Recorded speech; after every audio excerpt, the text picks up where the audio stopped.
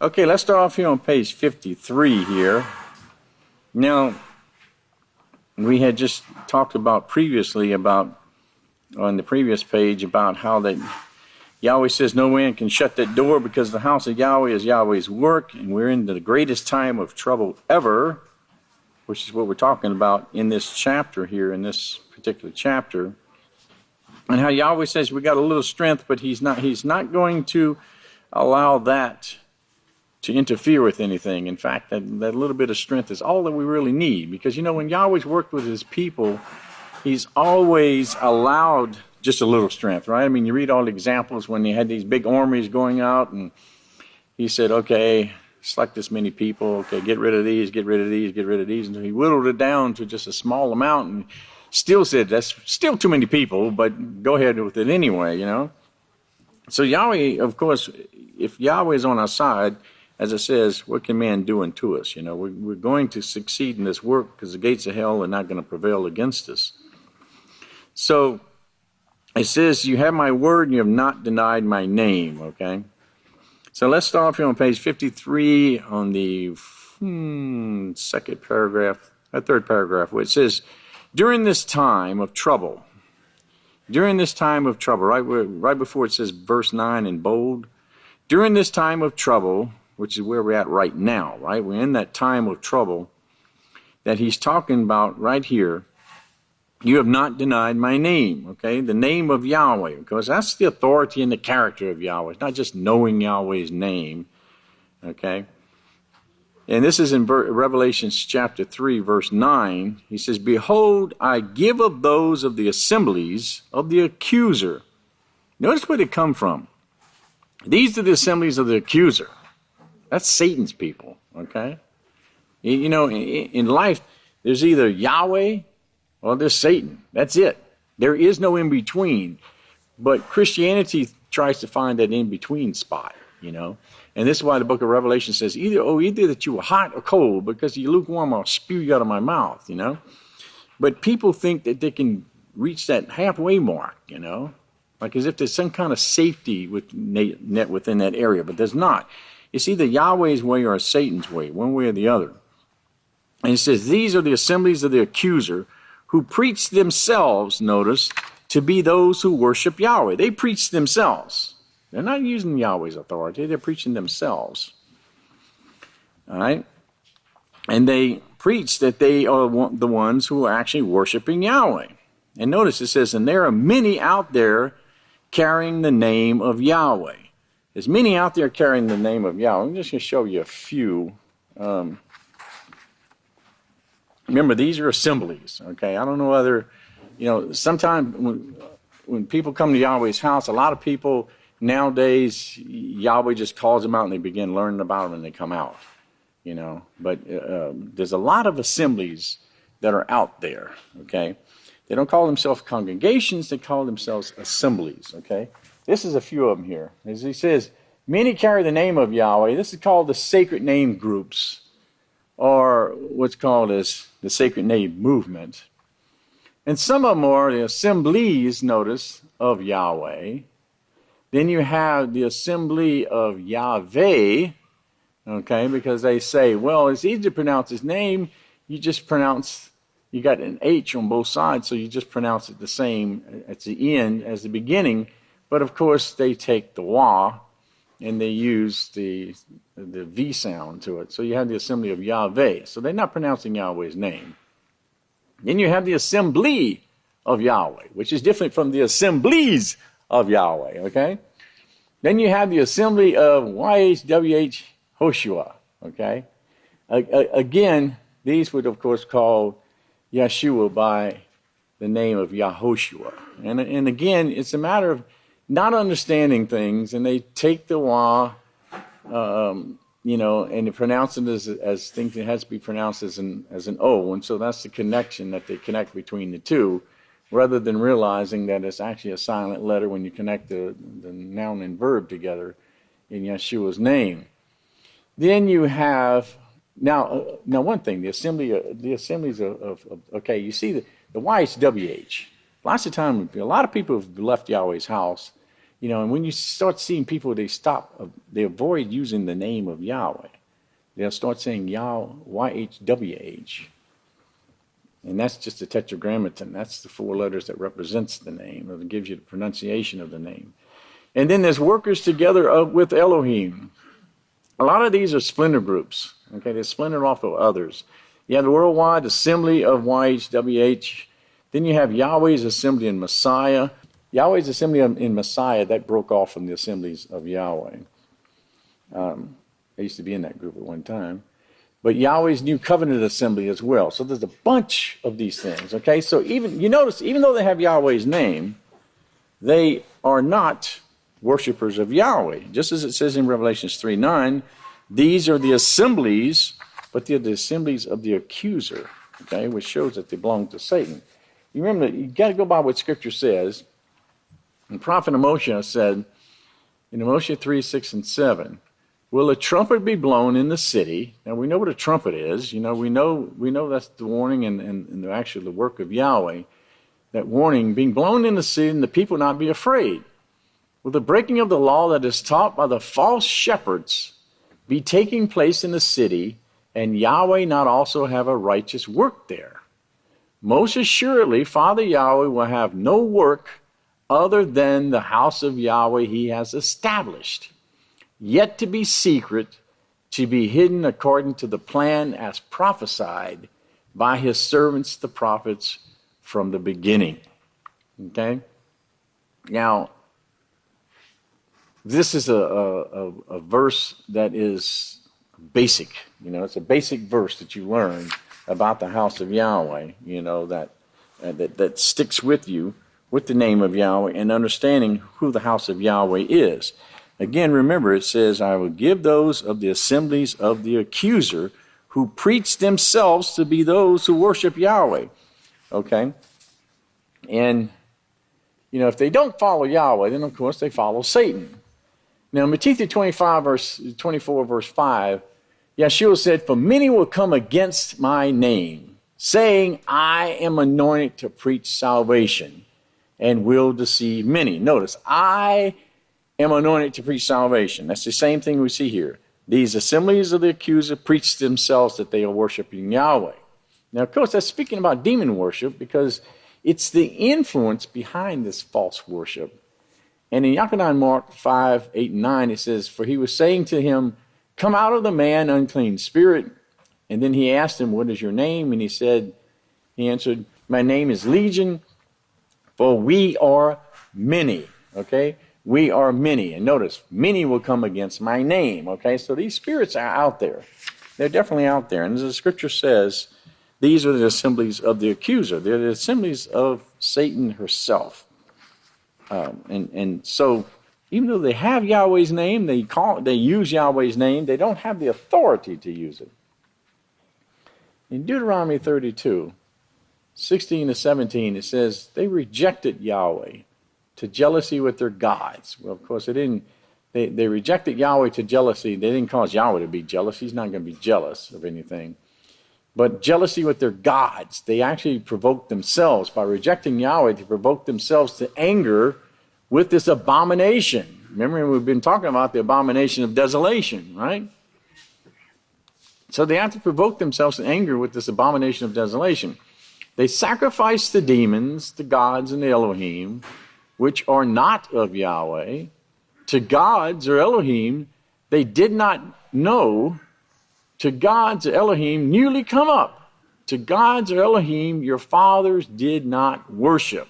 Now notice, these things are newly come up, okay? This is the way it's always been with these world-ruling powers, and especially the Romans. They always sought after, and this is one of the things that Yahweh warned. Remember, he says, when you go in, you go into another land, I'm warning you, don't seek and ask how they worship their gods. It's going to be a downfall to you. So he warned me, he said, if you do that, it's going to pull you down. But of course, that's what people do. They always went in and they inquired after the gods, how they worshiped their gods.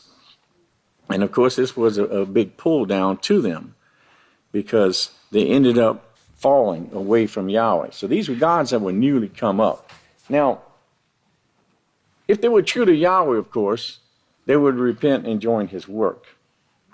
In 2 Timothy 2:19, it says, "Nevertheless, the foundation of Yahweh stands sure, having this seal, that Yahweh knows those who are his.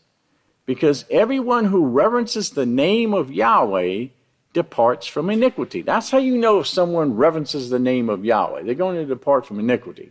Now, the King James Version, it says, "And let everyone that nameth the name," okay? Let everyone that nameth the name. The word nameth is 3687, and it means to name or to assign affiliation. In other words, to utter, to mention, or to profess a name. But notice the word name is number 3686, and it means a name, but not only that, but authority or character. And that's what was Yahweh's name. It's having Yahweh's authority or character.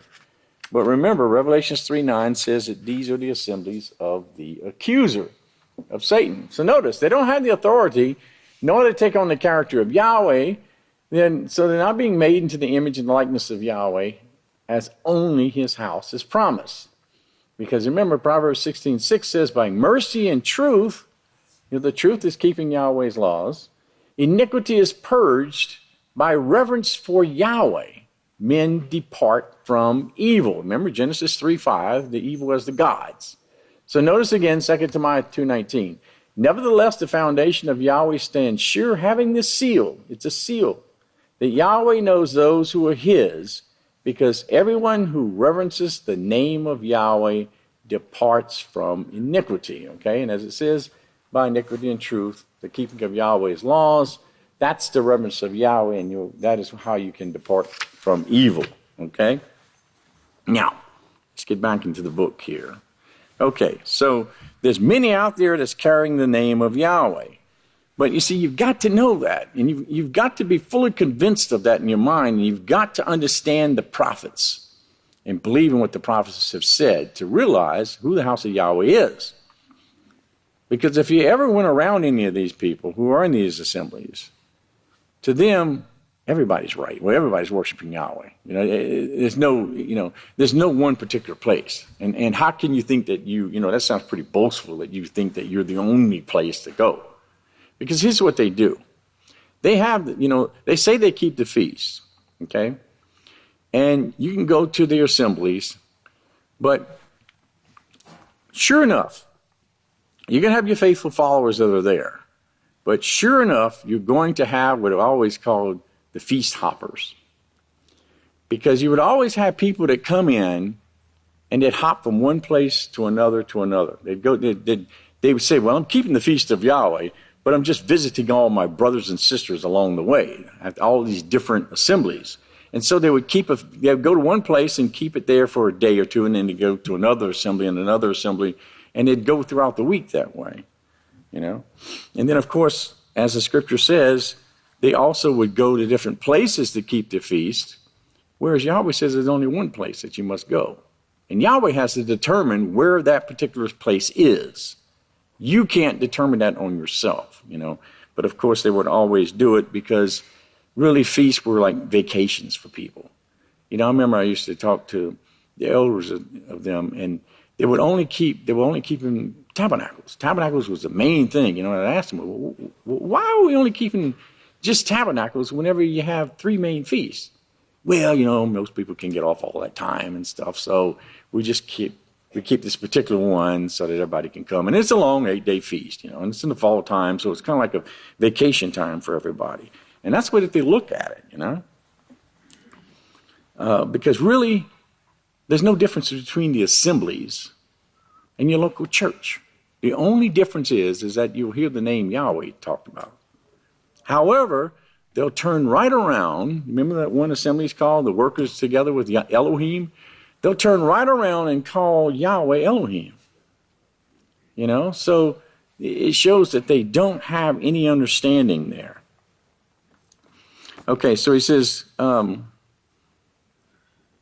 there are many out there carrying the name of Yahweh. Many out there are not carrying the name of Yahweh, as Yeshua said when he was asked about what it was going to be like in the time of the end. Now you want to highlight this next sentence.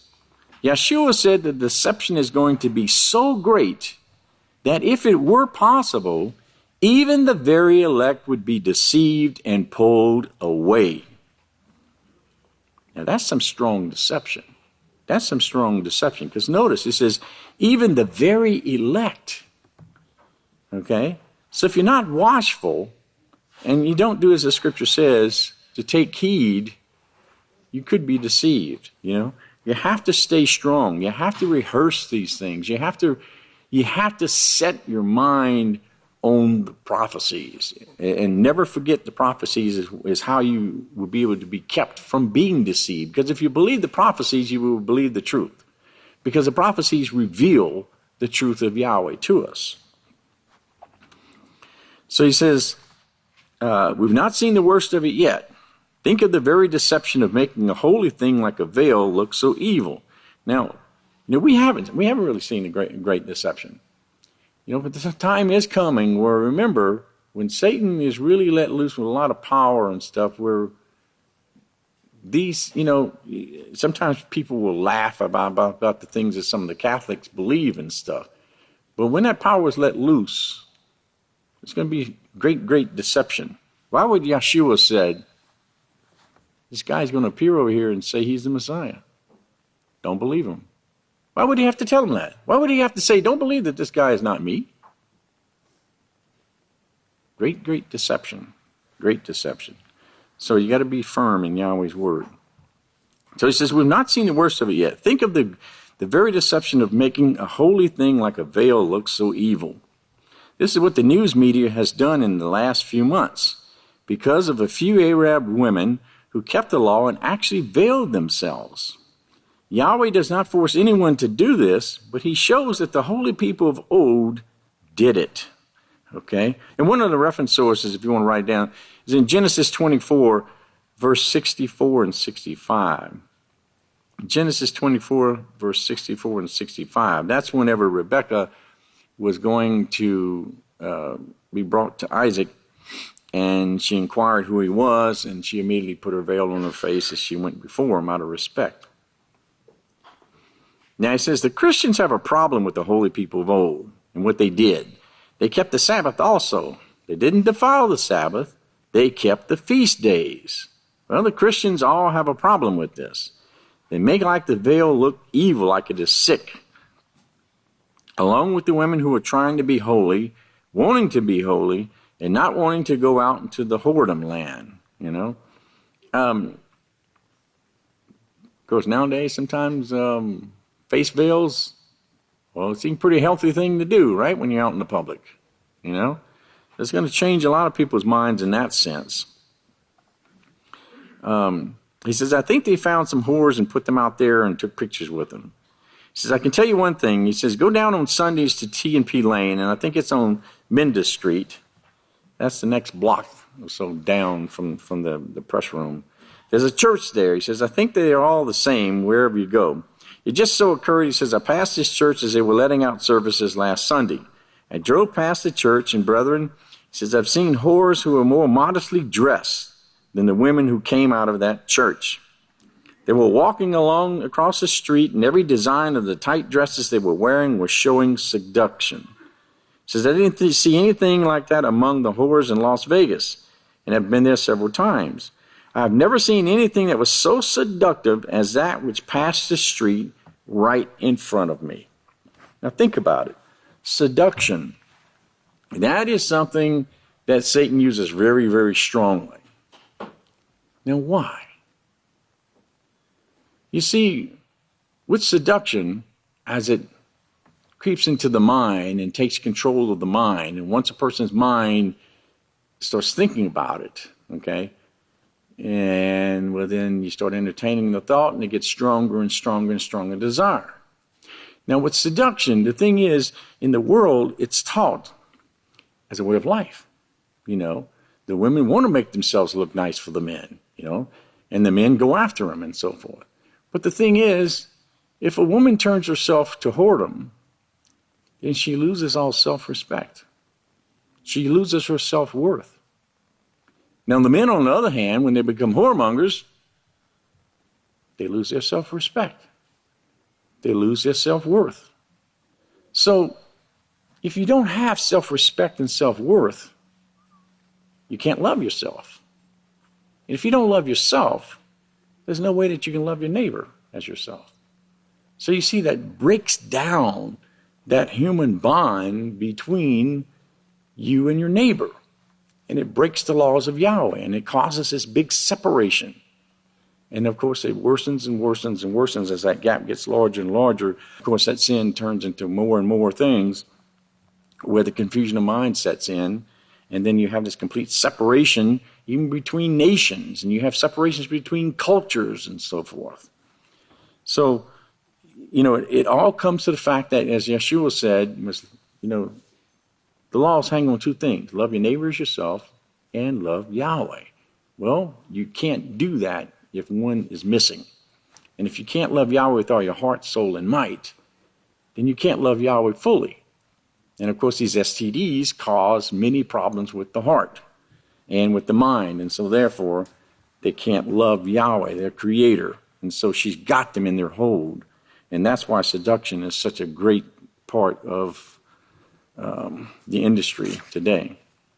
Okay, top of the page here on page 53. It says, they took the news media and made this veil look sick, unholy, and unrighteous, along with all the people there, and the whole nation of the Muslim people who were striving to keep the law as they know it. Yahweh actually refers to them as holy people in some of the scriptures, because they're trying to practice what they think is holiness. And that's what they look down upon, right? They're still hanging on to a certain portion of this law. If you've studied with them, you will know that there are many laws that they're not keeping at this time, but I think they will be some of the first to turn to Yahweh when the time comes. So they have a desire to want to do what is right, but their minds are not open to be able to accept those things, okay? It's not like us, okay? Our minds have been open. Yahweh has called us. That's what calling is. When Yahweh calls you, he opens your mind, gives you the ability to understand, okay? And what you do with that understanding is up to you, all right? Okay, underline this next sentence here, or next two, or highlight it. They take that propaganda and they make it look so evil. That's the way they do to everything that is righteous in the house of Yahweh. Okay? They take that propaganda, that pro-pagan right? They take that and they make it look evil, right? And that's what they do with everything that's righteous in Yahweh's sight. You remember the prophet said they make evil look righteous. And they make righteousness look evil, right? So it's just the opposite. They have taken these things and they have twisted these things in the minds of man. Now think about the power. That's the extreme power that Satan has, or the whole world, as Revelation 12:9 says, that she has the ability, the authority to deceive this whole earth. Billion. Right now we've got only 7 billion people. 7 billion people she's got deceived. That's just in this time period. How many trillions and trillions of people have she deceived? You see the power that she has? And then the ability to keep that deception going throughout those years. Because, eventually it's going to get to the point where mankind, the sinners, will destroy sinners. But before that point, she kept that torture going in the minds of people, generation after generation after generation, passing this poison on from one generation to the next, to the next, to the next, and keeping these people tormented all that time. But yet, not able to die yet.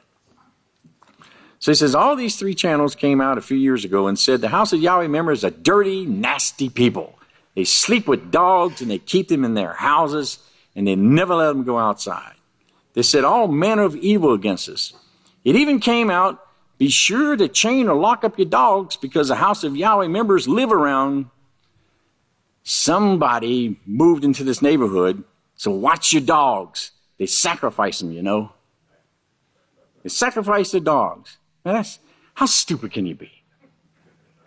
Sacrifice your dogs. Man, everybody knows we prefer cats, right? Yeah.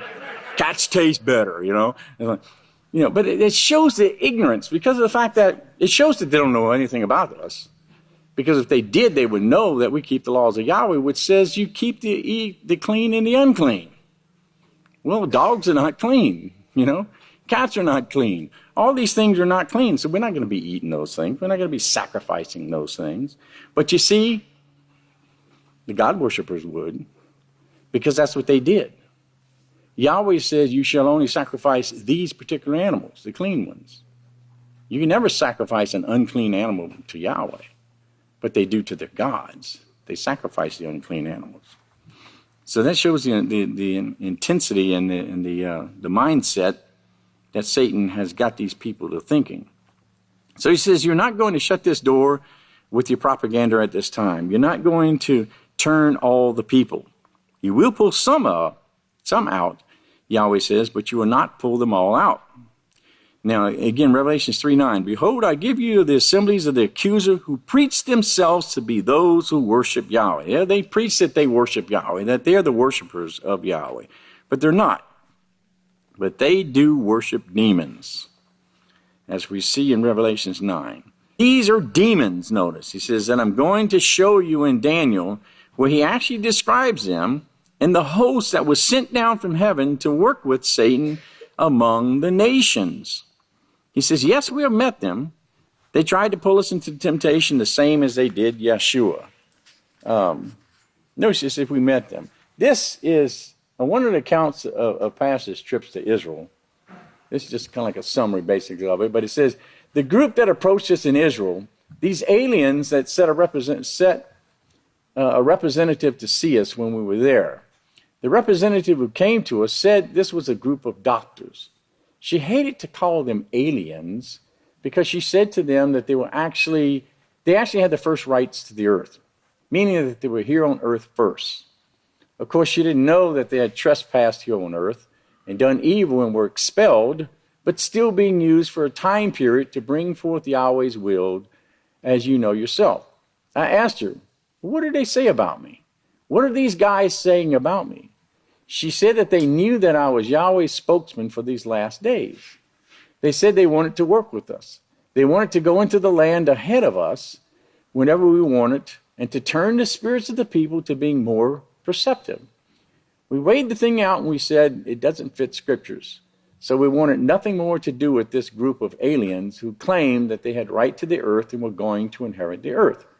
We already know we're going to inherit the earth.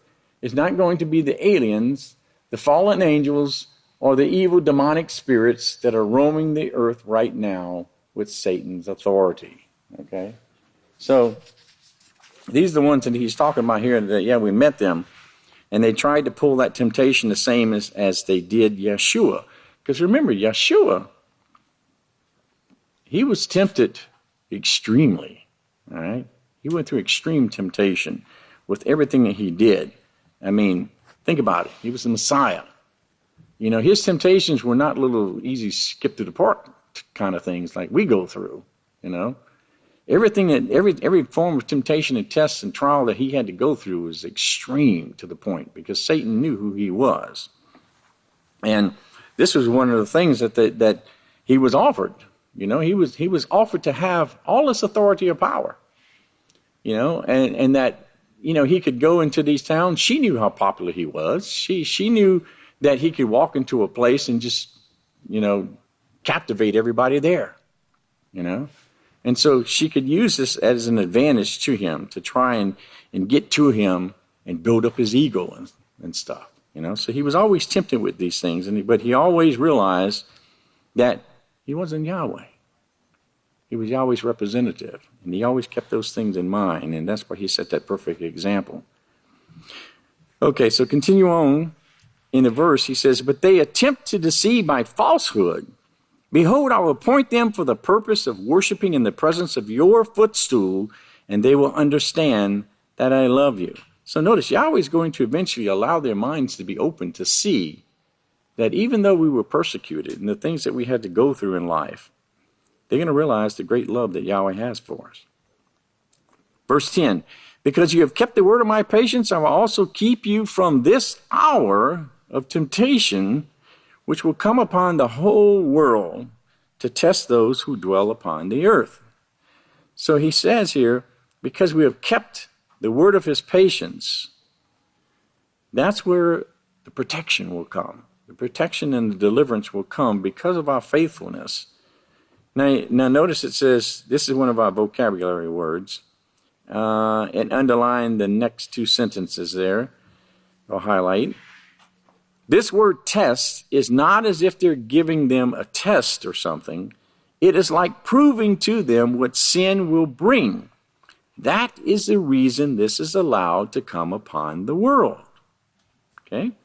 So they're being tested. It's like proving to them what sin will bring. Tests make you stronger, don't they? Tests make you stronger because it reveals the weakness in you or in a certain situation. And when you think about it, all products are tested, right? All the products out there are tested to see how they're going to hold up. And of course, there's a big difference between products nowadays and, 50 years ago. Something that would last, because it would last a lifetime the way it was built. Nowadays, it's designed and actually engineered to break down within a year's time, so the warranty is over with, But that's the deception that's put in there. But when you think about it, like an airplane, okay? When you look at an airplane, well, it could look great. It could look like it's in great shape, But the stress that it has to go through flights and the maneuvers and stuff that are used breaks down the structure and the integrity of that plane. And even though it looks great from the outside, when they do the test, they see that it's really broken apart, and it would actually be dangerous to fly. And they just had billions and billions of dollars in some of the bombers and stuff that they are retiring because of that fact. Because outwardly they look great, but the stress that they have gone through in flights and tests and so forth, it doesn't make it feasible to try to even repair them because it costs too much. When you spend billions and billions of dollars, a plane can cost you $2 billion. It's really crazy. But the word test, you remember the reference too, as far as references? In Deuteronomy 28, verses 15 to 68, the whole chapter there, that whole half of that chapter, verses 1 to 14 tells you about the blessings, but the rest of it tells you about the curses that will come because of this world will be tested. Okay, let's continue on here. He says, you're going to be delivered from this. So Yahweh promises he's going to deliver us. That is the last 3.5 years. Man, mankind's been here for 6,000 years. We're in the last 3.5 years. We're not even in the last 3.5 years because we already had almost a year go by almost. You realize that? That time period is gone. Boggles the mind, doesn't it, to think that we only got a short couple of years possibly left. You're going to be delivered from this. That is the last 3.5 years. That is the devastating trouble. It's not just going to be and believe me, when the trouble starts, it's not going to be a skip in the park. Everybody says, let the wars begin. You better be prepared for living hell, guys. Okay? Because you may not live in the war zone, but you're going to see and hear devastation that's going to be, if it doesn't tear us up, then we have no hearts. It's going to be that bad. And we're going to suffer in various ways to where we're going to be crying out to Yahweh to deliver us. So it's not going to be an easy thing of just skipping back and watching the world go through hell, and all the wars come, and it's going to be very easy for us. No, it's going to be very hard. That's when the true test is going to come. Are you going to flee or stay? So you're going to be delivered from this. He says that's the last 3.5 years, this devastating trouble. He says it's not going to be the trouble you see in Afghanistan or the trouble you see with Germany trying to take over Europe. That's going to look rather like a Sunday picnic, as one of the commentaries spoke about, compared to what is going to take place in this time period. Daniel 9:26, he says, look at this word desolation. The word desolations are determined. That's another vocabulary word which we'll see in the next paragraph here when he breaks it down. The desolations that are determined. He says, you must be true to the house of Yahweh and not go back into Christianity because it looks so good. It does look so good. Godly, anyway. The end is the wars of desolations are determined, or that the judgment of the kingdom of Yahweh has determined, to let this come upon the earth in this time period that we are in, called the end. Okay? So these desolations, that's a fact. Okay? These wars are going to desolate. You know, the scriptures tell you that before you it's going to look like the Garden of Eden, but when it's over with, behind you will be burnt to nothing. It'd be just the earth and everything will be blackened, as it says. And that's the way that the prophets describe it, because that's what's going to take place when these wars start. But this desolation is determined, okay? It's a judgment set by the kingdom of Yahweh, okay? That in this time period, these things will take place. So we're now living in the time period when the house of Yahweh would be established. That's another judgment of Yahweh. You know, it was set forth that in the last days, the house of Yahweh would be established. Not any other time, but only in these last days, which tells us that we're in the last days. It's the last time period of mankind. To bring forth a peaceful solution. So this devastation is getting ready to take place at the same time. Now notice the word desolation is described here in this paragraph. It means to devastate, but it is to devastate the one who is alive, not dead, the one alive who witnesses this right here. It's going to be devastation. It means to stupefy, to desolate, to waste, to destroy. This word does not just mean destruction. It means an unusual destruction.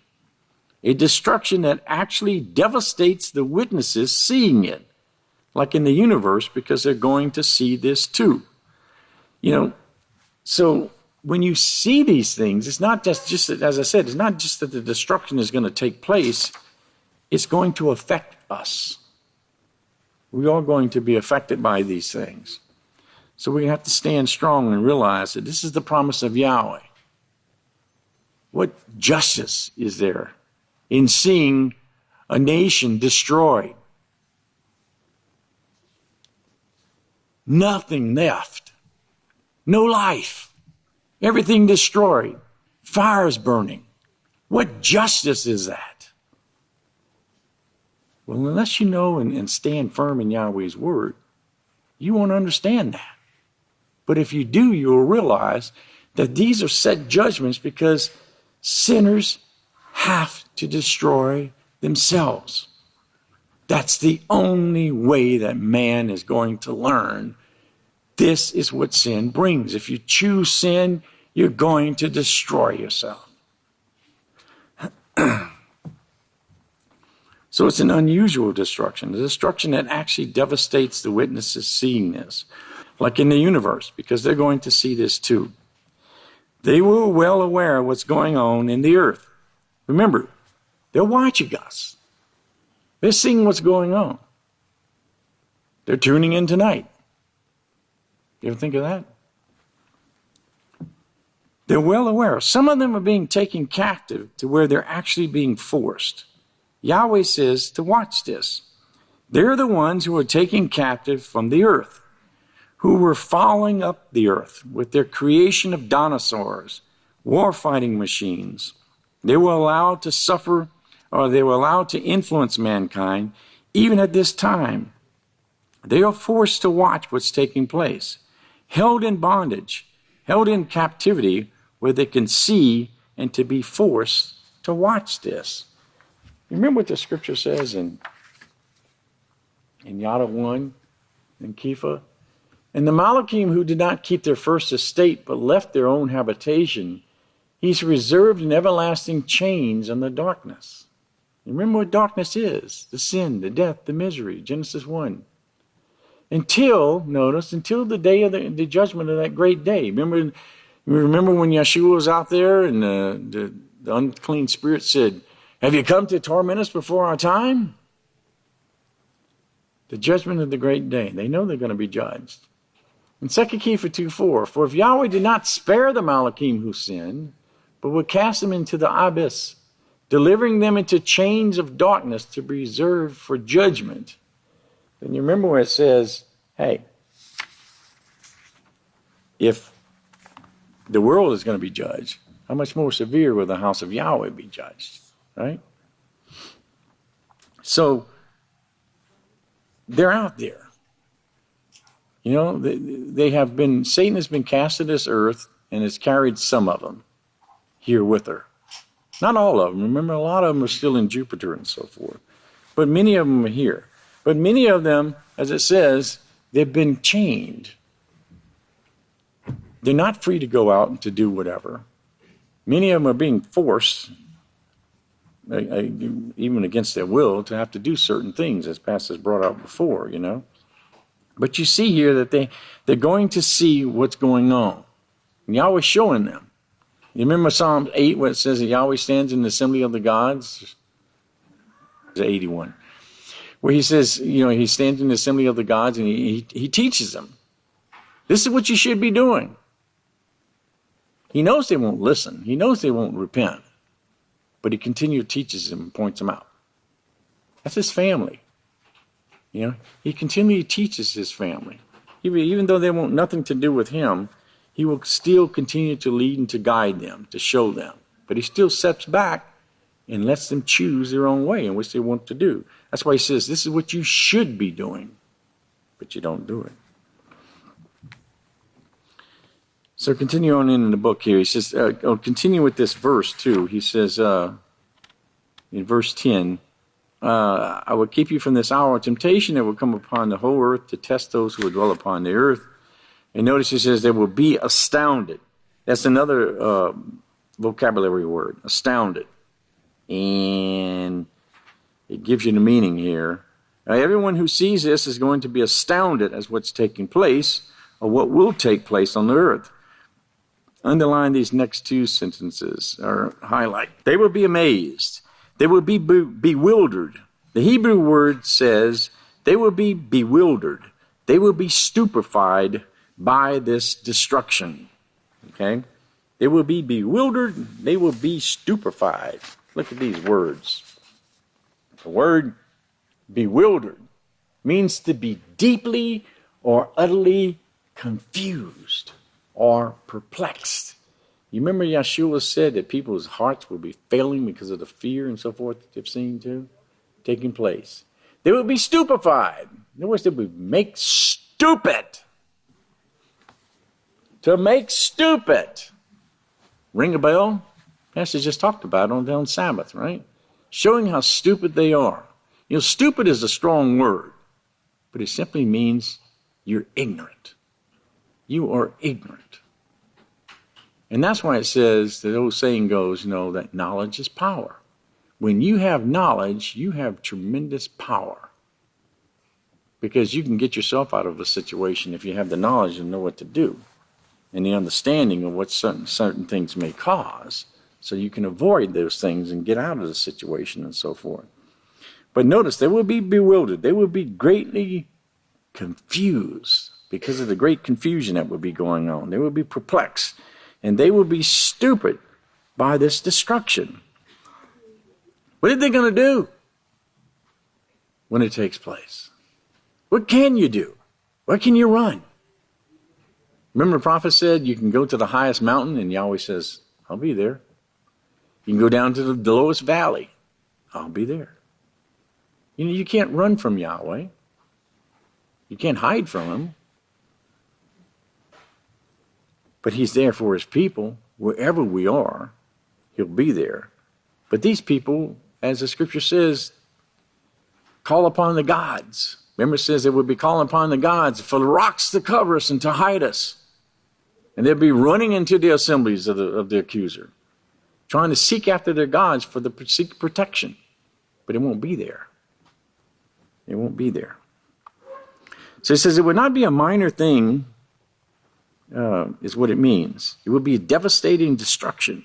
And it will take place in a certain time period. He says, I think you're going to start seeing it exactly at that time period.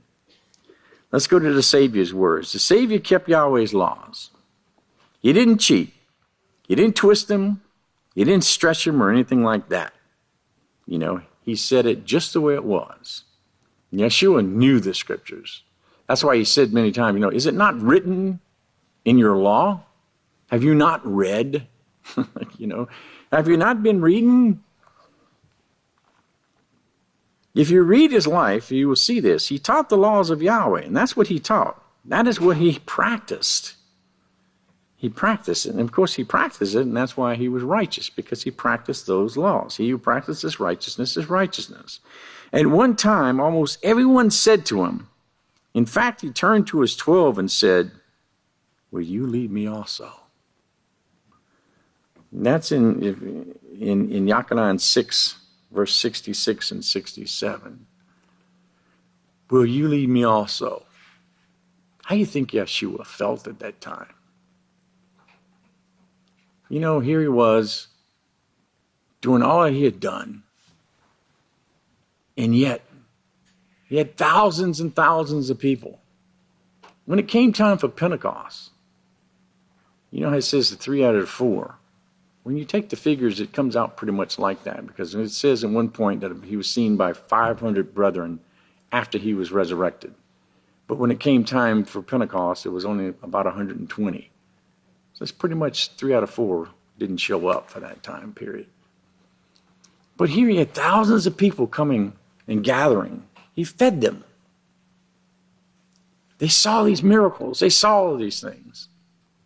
But yet they didn't have the faith to believe him. And they left him. He must have felt so crushed, you know, when that. And he said, will you lead me also?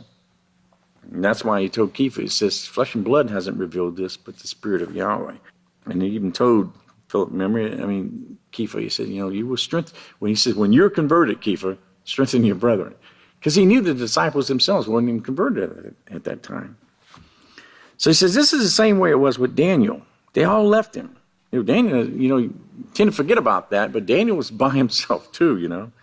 He was standing up for the laws of Yahweh, and Yahweh used him to bring the prophecy that the house of Yahweh would use in the last days in the end. This time period is called the end. You know, Daniel was there, and he had his friends, who he could have some support value there, you know, with his friends, but they were by themselves, you know. A whole nation. Remember, Daniel went into captivity. Okay, it was just him and his friends who Yahweh used and allowed them to be seen as wise men by the Babylonians for the king to use. To set this example, and so that Daniel could be revealed these things by pastor speaking to him and telling him these things, which we in return would use and read those writings and see what was revealed so that we would understand what's taking place in these last days. But they had to go through tests, you know, many, many tests, going through the lion's den and going through the fiery furnace and so forth. It's going to be so interesting when the time comes, when Daniel's resurrected. And hopefully we can all be in that classroom and pass his teaching and stuff. And Daniel's resurrected. And Daniel said, I know that man. I know that man. He will know Yisrayl Hawkins. And Israel will reveal himself and tell him, Daniel, these are the things I taught you. And now I'm going to sit down and you're going to go through this course and I'm going to explain to you all these things that you wanted to know about. That's just going to be so incredible. Okay, so he says, this time period is called the end. So he says, notice carefully Matthew 24, 1 through 2. Yeshua went out and was leaving the temple when his disciples came to him to show him the great temple building, okay? And Yeshua said to him, do you see all these things?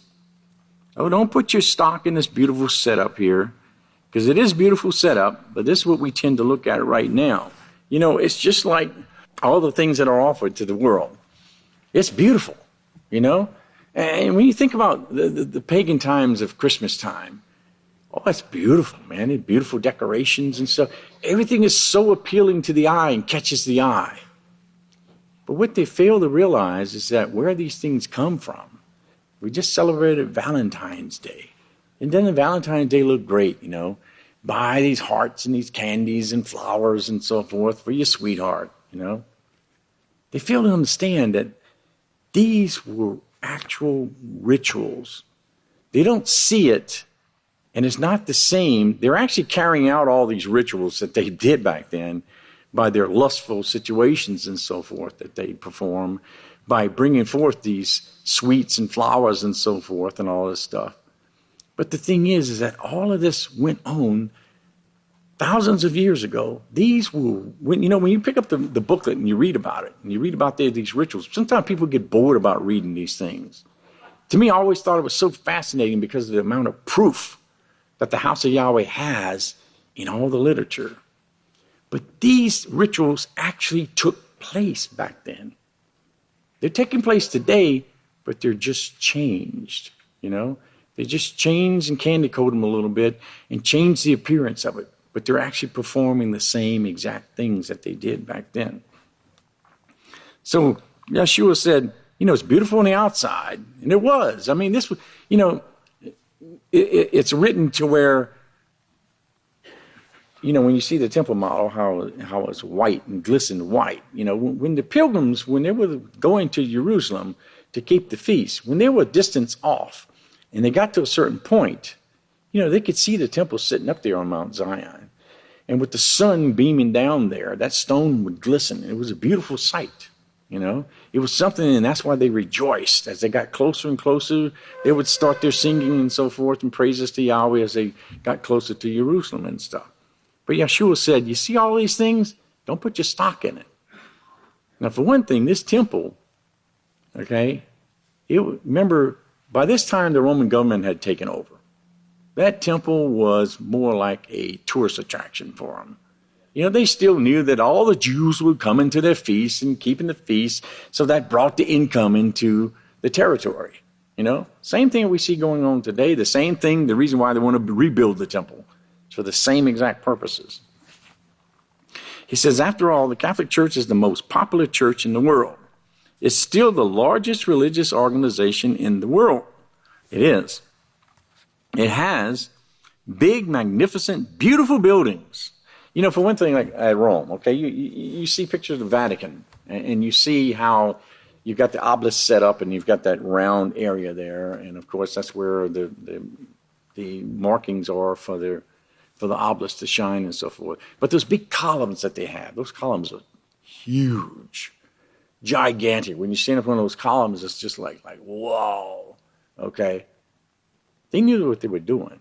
Because you see, the way that's set up, when the diplomats went to meet the Pope, especially when they rode in their carriages and stuff, they would pull up to the end there, and then they would get out. And so they had to walk this distance before they got to where they were going to go in and meet the Pope. Well, meanwhile, they were walking, and they were passing by all these huge columns.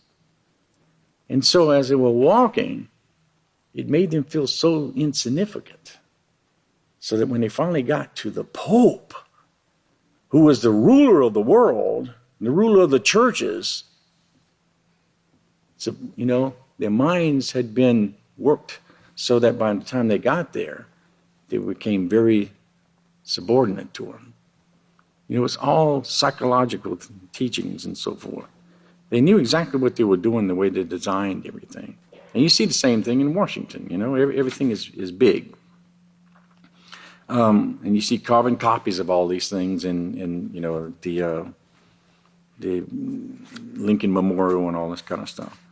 So he says, we have been to Rome. He says, we see a big portion of their gods, the uncircumcised gods. None of them follow that law either. He says, it looks good to them that they do not.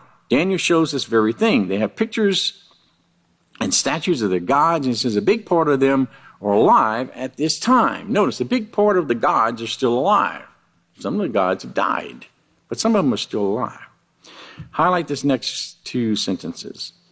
He says, do not put stock in these beautiful things right here. they're all going to be destroyed. Okay, they're all going to be destroyed. And one reference source could be Luke 4, 5 through 8, as Satan tempted Yeshua.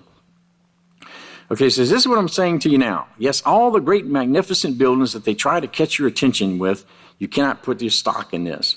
Everyone knows what the house of Yahweh is poor. It has been. We put all the money that we can possibly get into the literature, the radio, the TV stations, the sanctuary, and the buildings. Everything we can possibly get. The disciples, if you remember, were referred to as unlearned and ignorant men. And you read about that in Acts 4:13. Acts 4:13, they're called ignorant and unlearned men. If you've ever been to Israel and seen the places that they were worshipped, you can tell that they were not magnificent temples that were standing there under the leadership of the Pharisees and the Sadducees as a sign of richness and strength. This is man's strength. It's governments of man and by man, but it's not going to last. It's not going to last.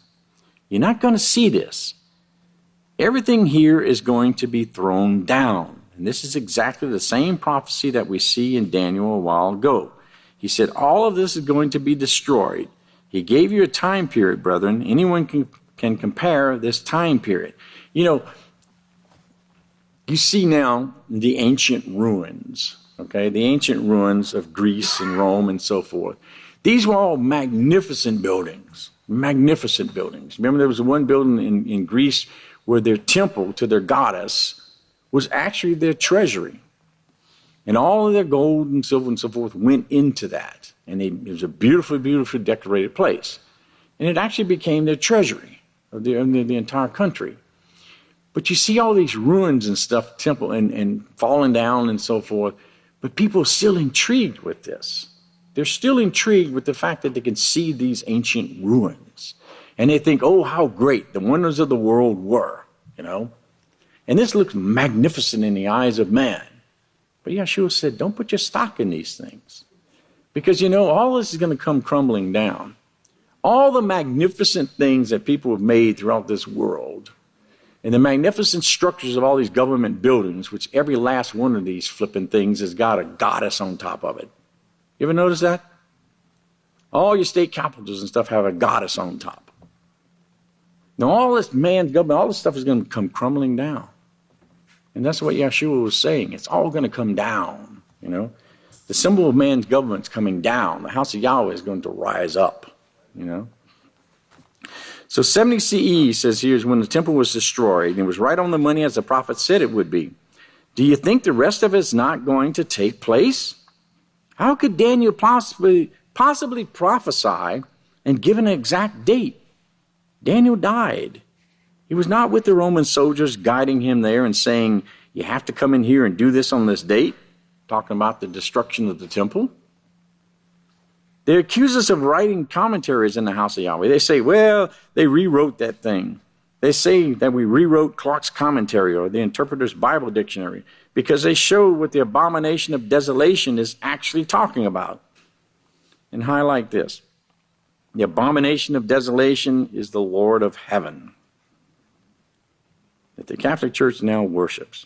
Her name is Lucifer, Lilith, or Hillel. And she's spoken of throughout the Holy Scriptures, including Genesis 1:1. Now tell that to any Christian and they would be totally dumbfounded. They wouldn't have the slightest idea, what are you talking about? Genesis 1:1. Satan, what are you talking about? You know, because they don't understand what you understand.